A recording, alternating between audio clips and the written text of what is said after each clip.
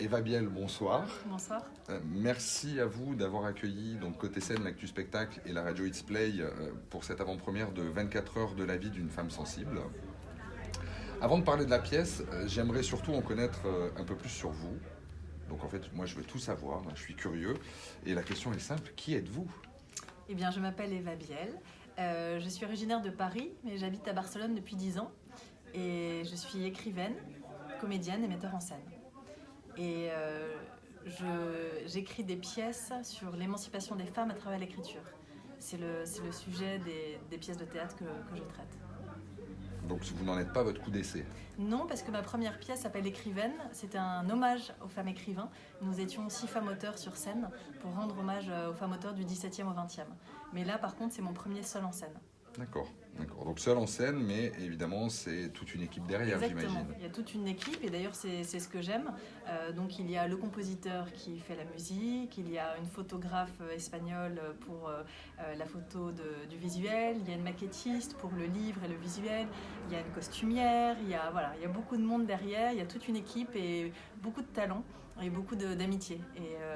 Et aussi, je travaille avec une de mes amies sur mes textes, l'adaptation, la mise en scène. On peut les citer si vous voulez. Tout à fait, Marion Pelletier, qui est une grande amie avec qui tout a commencé et avec qui on est main dans la main pour tous nos projets. D'accord.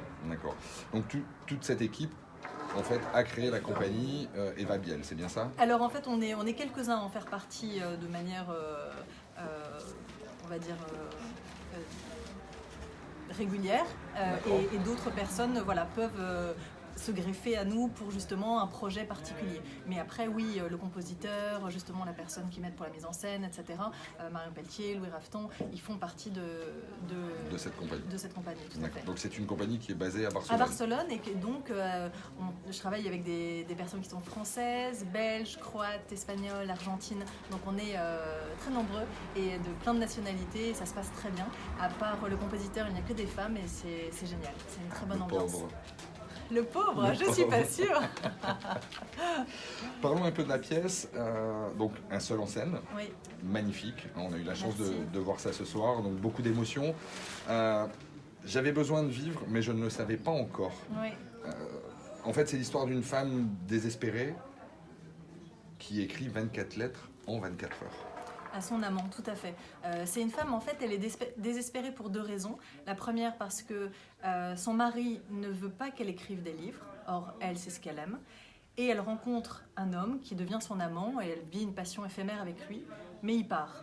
Et donc, en fait, elle est désespérée parce qu'il est parti et qu'elle l'aime, mais aussi parce qu'elle ne peut pas écrire ses livres, son mari ne l'accepte pas. Et finalement, en écrivant ses lettres, au fur et à mesure, eh bien, elle va s'émanciper de ces 2 souffrances pour se rendre compte que le plus important pour elle, en fait, c'est écrire des livres. Bien. Alors c'est vrai que j'avais pu noter, alors vous allez avoir la primeur du petit texte qui va accompagner cette vidéo. J'avais pu noter, on assiste en regardant cette pièce à la transformation d'une chrysalide en papillon, déployant ses ailes et prenant son envol.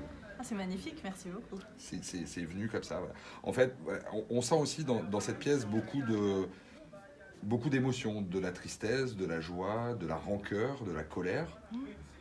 Enfin voilà, c'est ce que j'ai pu moi en tout cas percevoir avec mes yeux d'homme. Parce que c'est vrai qu'en discutant ensuite après la pièce avec des femmes, elles n'ont pas spécialement le même regard que moi, donc c'est pour ça que je précise que c'est avec mes yeux d'homme. Oui, tout à fait. Et en fait, donc pour écrire ce texte, je me suis inspirée d'une autrice du 19e qui s'appelle Constance de Salm, qui est une de nos plus grandes poétesses et dramaturges, qu'aujourd'hui on ne connaît plus, mais qui a écrit un texte magnifique qui s'appelle 24 heures du femme sensible. Et c'est à partir de son texte à elle que je me suis inspirée justement pour écrire le mien. Et dans son texte, c'est justement une femme qui écrit des lettres en 24 heures à son amant, mais elle traite plutôt le sujet de la jalousie.